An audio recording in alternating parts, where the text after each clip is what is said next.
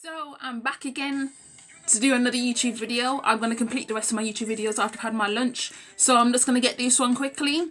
Basically what happened is this week there was a little bit of, Trini vs Jamaica beef on the Twitter timeline. It was all, jokey jokes. Nobody was ever taking it that serious until one person had to take it to some next fucking level. And it just had me thinking, Mirage, you cannot be that stupid. This guy who has Trini flags in his Twitter name. So I have the Bajan and Jamaican flag in my Twitter name anyway, because I reap, where my parents come from rather than Britain, because at this point it's like, what the arsehole am I reaping about living in Britain? Like, what's so special about this country? What's so special? It cold outside. But anyway, he basically said in response, to the whole Trini vs Jamaican beef, that he says, when I think of Jamaica, I think of their nice music, but then I think of the teething, piggy head, black light tar woman they have as well, so there's that. I was thinking, a little bit of beef that's not even serious, you had to take it to levels where you not only insult someone's natural hair, by saying piggy head, because within Caribbean culture saying piggy head is slang for basically dissing people's natural hair. If your natural hair doesn't look presentable, you have so-called piggy head. And technically people with natural hair, whether their hair is presentable or not, can be labelled piggy head. So it's very deeply offensive. And for him to say black light tar woman as if Trinidad does not have dark skinned women as well, because trust me, they do. To say such a thing about Jamaica is to me deplorable. Like, why would you go and attack dark skinned women like that? It really disgusted me. He also went on to say that his granny says that not everything too black is good, basically saying that just because you're a black person don't make you good. And there's again him using colorism. Colorism. Nobody was going this deep in this beef. Nobody was doing that. It was just light-hearted banter between, the two islands, which is what happens a lot of the time anyway on Twitter. We just have light-hearted banter. Nobody ever takes it that serious. But for him to go to this level, I was disgusted. Like, I got these two screenshots from someone else, and I retweeted that person, and then, I took the screenshots myself and I posted them because, I wanted an explanation. So I posted the screenshots and I said, what's the meaning of this? Like, why did you say that? And like a good 3 hours went by and he still didn't reply. Basically people started retweeting my screenshot, the other one I did another one after that, another post. I did that original one, and then I did another one after that, and the second one was the one that people started retweeting, like, what's the meaning? Like, what's the meaning of this? Like, people even living in Trinidad right now were saying like, oh, this guy does not represent us.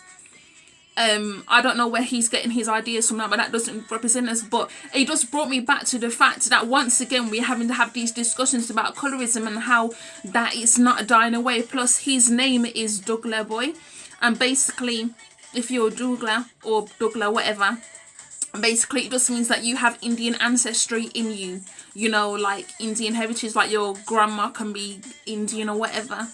And it's like we have the same thing, like, in Jamaica they call you coolie. I don't like that term, but I'm just saying, like, across the islands we have names for, the Indian people who live there. About him saying these negative, disgusting, colourist things about dark-skinned women who live in Jamaica is the simple fact that he's dark-skinned himself. I mean, it's not as if he's like mixed with Indian and is quite light. He's actually dark-skinned. So it just makes it even more bizarre, the fact that he does not see himself, as dark-skinned. Like, why on earth would you say such a thing like that? Like, how many conversations have I had to have about colorism and people are still not getting a raw message? Like, I basically said it to him. Like, I said, like, even though he didn't reply, I basically said it in the... When I quote tweeted him, I basically said, listen, you following me and you know how I am. I'm not the one you want to fuck with, because I always am the one to, well, not only just me, but I mean in general, I'm very much like, if I see colorism happening, then I'm gonna go there, and I don't give a shit what anyone thinks. I honestly don't give a shit. So you can say all the things you want to say about me, but when it comes to colorism, when it comes to supporting Caribbean women, I will be there 100%. Even if you don't consider me a Caribbean woman, because I was born here in the UK, not that I had much choice in it, but still I will still support it, because that's like, technically that's a link to my heritage, you know, my Caribbean heritage. It's a link, and that link hasn't been severed just because I was born somewhere else. It's not. So that's like my stance. I will say about the Caribbean is, I've noticed that within the younger Caribbean people, that colorism is not so much a thing. However, the further back you go, we're talking more towards colonialism. Our great grandparents who, you know, were, you know, around when we just literally came out of slavery, you see that this mentality is what they're trying to teach us, because that's all that they know. However, the further you go away from that, that's when you start to see things starting to change. We're starting to realize that this mentality that our parents and grandparents are teaching us is not actually right. We cannot speak about someone and say that, you know, because they have dark skin, that somehow makes them inferior to someone who has lighter skin. You know, this hierarchy of lighter skin, white, like light skin is here, white skin is up here, and then dark skin is down here. We need to have more conversations about that, because it happens a lot in the Caribbean. Why do you think there's such a thing as a bleaching epidemic in Jamaica? Loads of people in Jamaica are bleaching their skin. Like, when are we going to talk about this? Like I said before, bleaching is not so much of a thing in Barbados. However, in Jamaica, you do see quite a lot of people who are bleaching their skin, and it's very sad to see. Self-hate, you have to, it's not the self-hate, you have to understand that people are also, you know, they are just reflecting what they've been taught. It's like you see yourself in the mirror and you start saying to yourself all these negative things. Eventually, your mindset is going to be that negativity. That's where it's going to be. Your mindset is going to be so negative that all you can think about is that negative mentality that you have been taught, that you either taught yourself or you've been taught by your parents, grandparents. And then it's kind of like you have to relearn to love yourself, love one another. You know, whether you're dark skin, light skin, it does not matter. We should be on the same playing field regardless, because at the end of the day, we are all black. We are all considered inferior to the white man. So why are we arguing with one another? Why are we saying that, oh, a dark skinned person is black like that? I mean, the sheer violence in his words, and the vitriol that just came out. Like, was it even necessary? A minor beef between Jamaica and Trinidad should not give you the right to then go attack a whole load of dark-skinned black women who live in Jamaica. They're minding their business, and then you want to come along and do that. Do you know how easily you can destroy someone's self-esteem?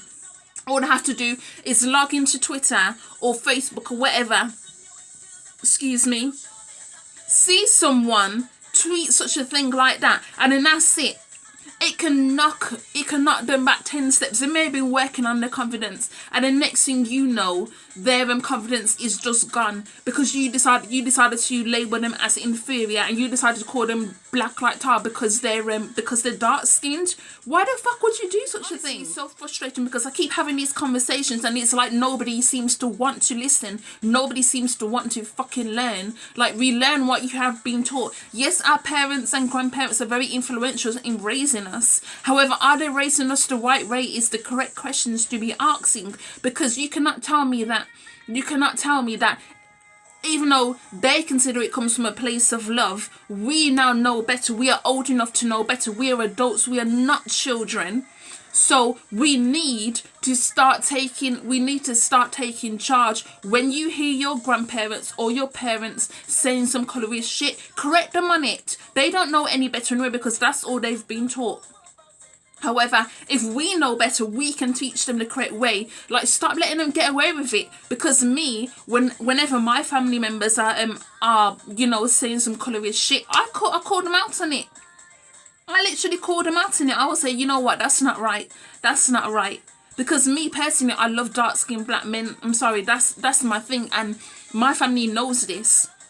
Yeah, and they're always making these, you know, these little jokes, and I don't like it. So I use my mouth and I tell them I don't like it.